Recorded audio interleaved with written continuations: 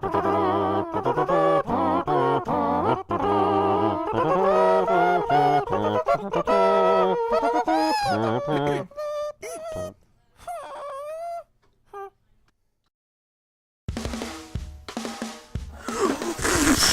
no. What? It just looks like normal. Do men get VPL? I am sad! I don't think that's very good. Where's your mug? What fucking mug? This fucking mug!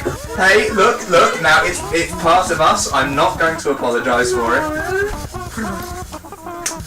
Next you know they'll be marrying, and then what? As it comes out, it actually is correct.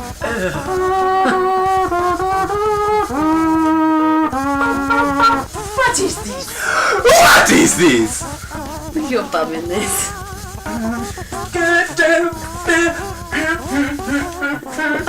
When you go... I don't know.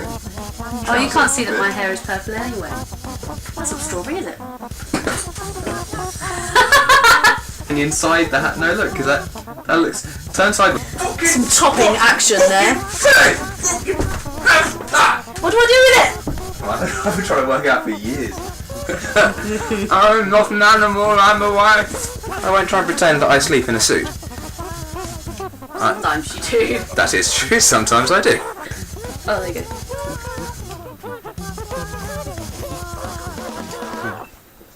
Tea.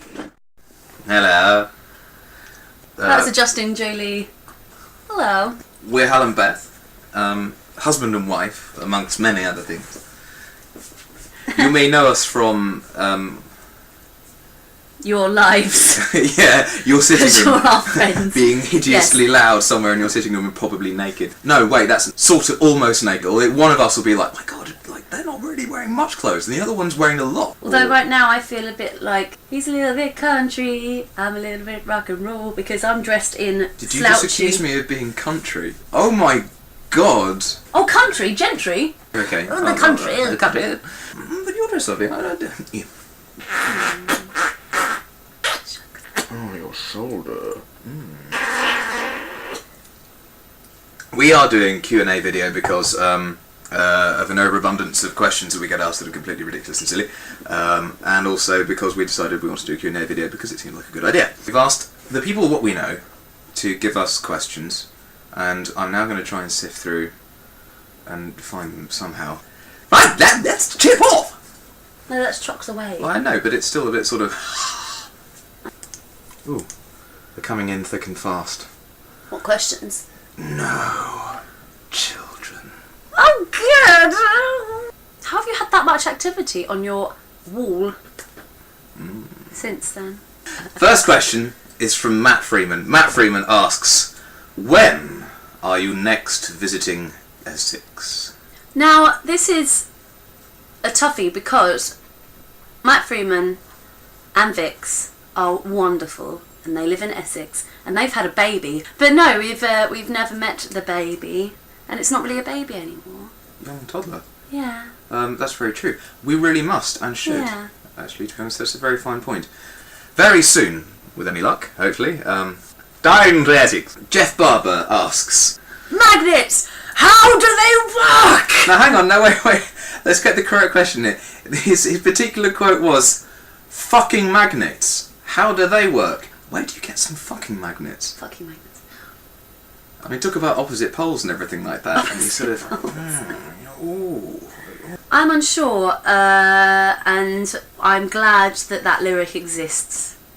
It's Insane Clown Posse, isn't it? I think it is. I think it is. So magnets, yeah, they work because I believe they work because of Nazi unicorns or Nazi corns. Sounds like an awful thing to eat. What else do we have? Dan H says, If there are 2 on the top, 3 on the side, and a small one underneath, who is left to take the extra one near the cactus? Now, cactus, cacti, whatever it is, it hurts. Cacti don't really need much at all. It's the plant that you don't need to water very much, and it just sits there, and all of a sudden 3 years later you return to your parents' house and realise it's flowered. They're brilliant. So I don't think anyone needs to worry. funny, I was going to go with Madeleine McCann. Jeff Palmer asks, what's the difference between a penguin? I like this one. Nick Lambert is... There you are, is the difference between a penguin. It's the difference That is between- actually the difference. Yeah, Moving that's on. what we've decided. Yep.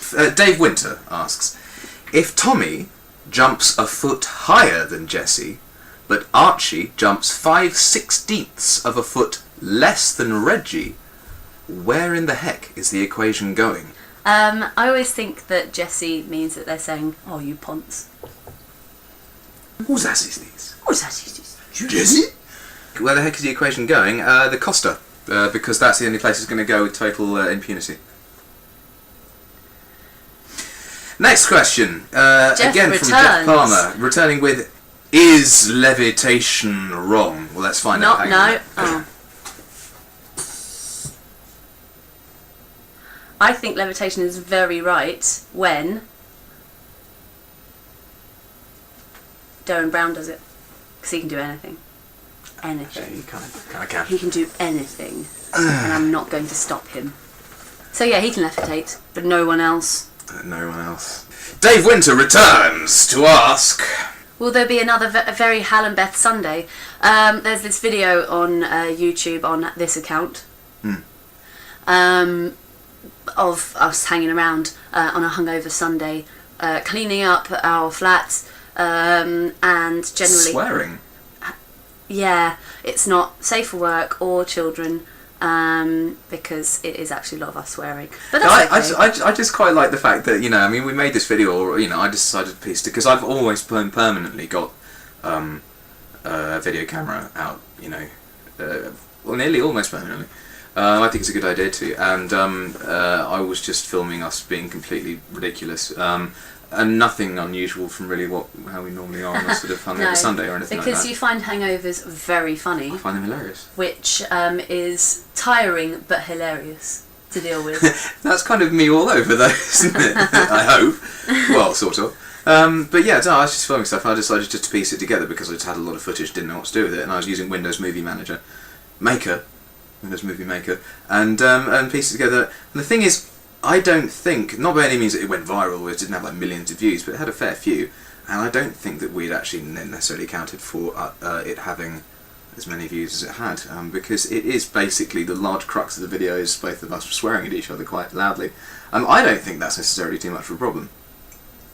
No. Sorry if we have what's the quote? Sorry if Swearing, you see, did you see the... If these shadows have offended. No! I love Shakespeare more. No! I love Shakespeare more! I think you're fine! I love Shakespeare. I love actually, when it comes down to it... I love Shakespeare. You've gone all red from your love of Shakespeare. That's because I love Shakespeare more. Have some tea. Have you got enough tea? Do you want me to go get some more tea? Ooh. There might be more.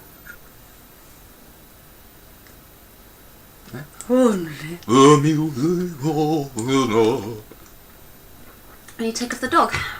Will there be more another one? very Hal and Beth Must be. Sundays? That was all the stuff on my old video camera, which was tape, high 8. No, there's absolutely tons of it, alongside also the making of Reason and Abstract by Balenss, and at least 2 of your shows or something like that, I think, or 2 of your gigs. But in answer, Dave, finally to get around to the answer to this, yes, there will be. But in the list of things that is that I have to do at the moment, and for instance, like making the next Balenss video for Corpse Flower, or the Waskeeper making of stuff, the Reason and Abstract making of stuff, and all the kind of business like the tour diary, the everything like that. All this list of everything like that is like, yeah, I've definitely got to do that. Everything else that I want to do and write different albums and solo stuff and stuff with you and all the business like that, it's there, but it's reasonably low down the thing. What will happen at some point is there'll be a weekend where I'm not like, oh, I've got to get back and do this bit of editing, and we'll get drunk or something, and there'll be a Sunday hangover where, and there's ones where we can get to the point of going, all I can do is be silly and push buttons. Then I might have a bit of a stab at it, and that would be quite good to do that. Our lovely Mars Anthony has asked, now, how are we going to pronounce this? Lol. Like, how do you balance your music careers? What would you both being musicians and that? It's really difficult to go somewhere to earn money in an office for 8-9 hours a day, come home, eat, and then pick up a guitar. It's near impossible to me. But it has to get done. The thing that makes me completely free and let go is singing. So I will be a happier person for doing it. It kind of makes it all worthwhile. So I'm not very good at balancing it, really. I think it's also quite beneficial for us that we have a lot of musician friends, or friends that are really, really into music and are there in the scene and everything. Birds of a feather and all that. Yeah, because your social time is taken up by music. So even if you're just going to a gig and you just think you're having fun, you might be networking at the same time by accident, or you might meet people that you might collaborate with in the future. So yeah, there is that aspect. Which has happened. Which has Fairly just recently, happened, and yeah. It's sort of on the cusp of happening Yeah. with you, isn't it? So, the work-life balance, isn't it? I mean, you got to do. You know, I was explaining to someone recently that the typical day for me, depending on sort of whether I'm working from home or whether I'm doing a temping sort of day job to make ends meet financially and everything, that if, let's say I'm doing that like a normal office job, it would be sort of wake up at the usual that most people will, I don't know, somewhere between 6 or 7 or something like that, and get into work somewhere between sort of approaching 9 or whatever, and then work until lunch, and then in my lunch hour I typically try and fill that as much as possible with actual doing like music promotion and everything like that, and then work until 5 or 6 in the evening, then go straight to the gym, walk from wherever my job is to the gym. Walk more places, people. Walk more. It's good for you all. Especially in London, everything's so close. No excuse not to, really. Yeah, so train at the gym, and that could take sort of hour and a half, whatever, then we usually go to the supermarket and buy whatever we need for that day, go back home, cook it, and then I spend the rest of the evening usually up until about sort of 1 in the morning. So that's call it sort of 8 or 9 in the evening until about sort of 1 in the morning, doing whatever I can on all of the music or anything that I need to do. But the difference is I absolutely bloody love it. I absolutely adore doing it. It's that whole thing of like find a job that you love doing and you'll not work another day. I mean, I do work every day because you have to make ends meet financially and all of this like that. But no, I mean it is true. You will do that. As insofar as the balance, I mean, I used to join loads of bands and have loads of side projects off all the time, and I had to cut that short a few years ago, just being like, I just can't concentrate on more than 1 or 2 main projects at any one time, and it's just find it really difficult. So I've had to narrow all that down. It's Balenss and Eulogy Media are absolutely the main things that I do. There are other irons in the fire, and there's things like working with you and video stuff and everything like that that are really, really important, but it's just, it takes a lot to try and balance it. And then of course the balance between you and me about the fact that we're both musicians. I think that helps to understand where each other come from, because I get a little bit worried when I understand, but I get worried when people do go on, mostly women, do go on about being a guitar widow and whatever, because sometimes it can feel like that, but if you've got different interests perhaps, and you don't understand why that person is putting so much time and effort into something, maybe, but I completely understand where it's coming from, and it makes me think, oh, what can I be doing, what can I be doing, rather than, oh, where's me.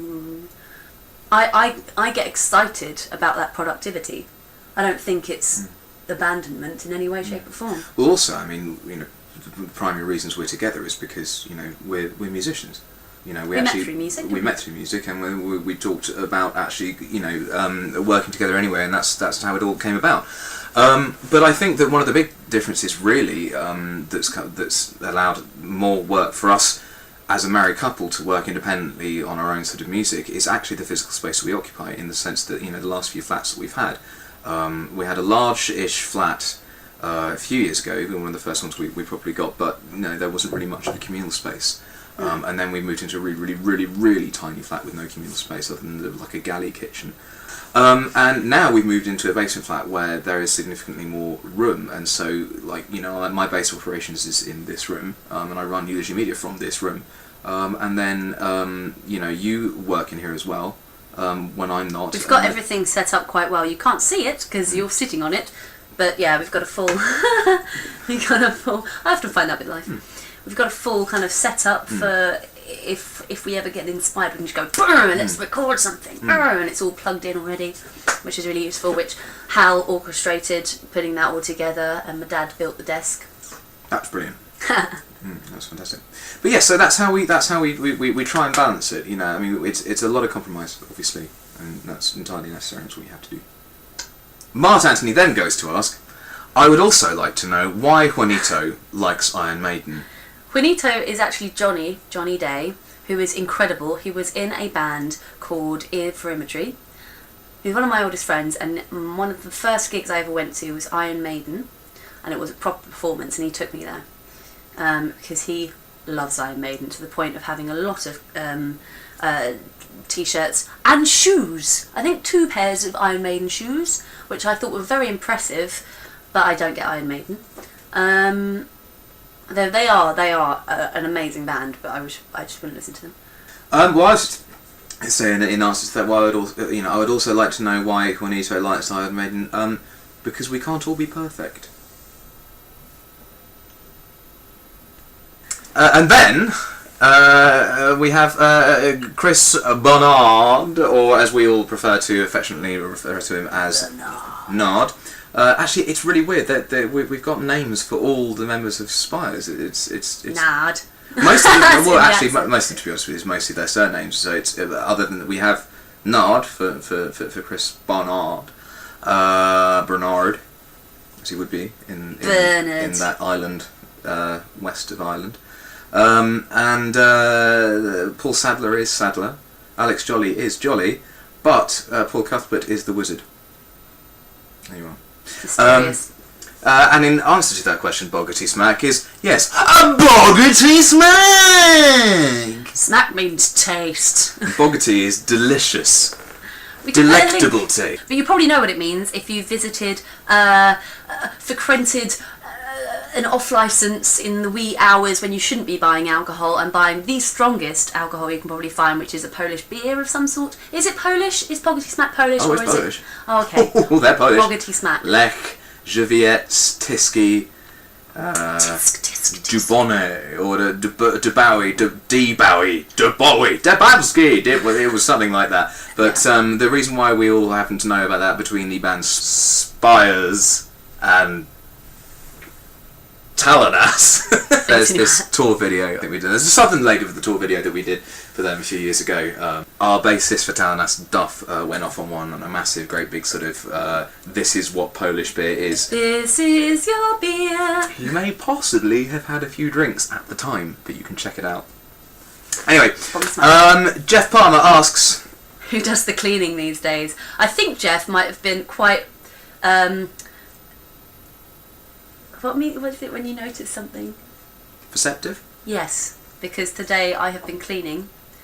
The thing about cleaning is that I clean not very well. I clean little and often, and Hal cleans thoroughly, but not often infrequently. at all.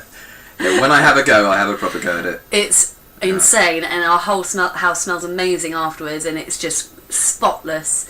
But he has to be really concentrating on it.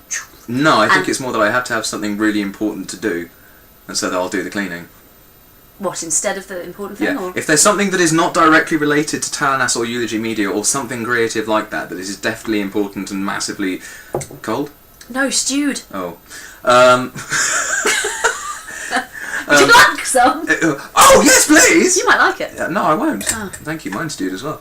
If there's something massively important that I need to do with a pressing sort of deadline and all the business, I tend to go, I'll tell you what, I'll just clean the house really hard. Procrastination. I'll start it in a minute.